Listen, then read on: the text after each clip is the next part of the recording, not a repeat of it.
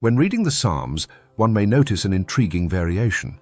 Sometimes God is referred to as the Lord, in small caps, and other times simply as God. This is more than poetic variation. It opens a window into ancient Israel's religious landscape, its political divisions, and the shaping of sacred memory. Most English Bibles render Yahweh, the personal name of Israel's God, as the Lord. This name is central to what scholars call the Yahwistic tradition, associated with the southern kingdom of Judah, the Jerusalem temple, and the Davidic monarchy. In contrast, Elohim, a more generic Hebrew term for God, often appears in psalms that may reflect northern influences or later editorial choices. This variation isn't arbitrary. Psalms 42 through 83 make up what scholars call the Elohistic Psalter, a block of psalms that consistently prefer Elohim over Yahweh.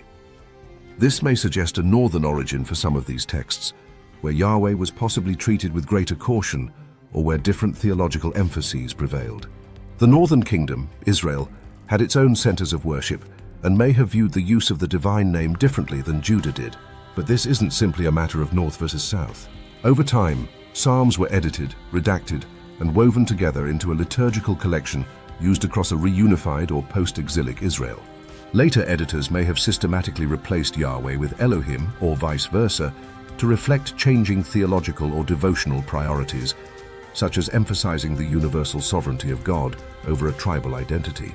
There's also a deeper theological tension embedded in these names. Yahweh carries a sense of immediacy and intimacy, the God who revealed a personal name to Moses and entered into covenant with a specific people.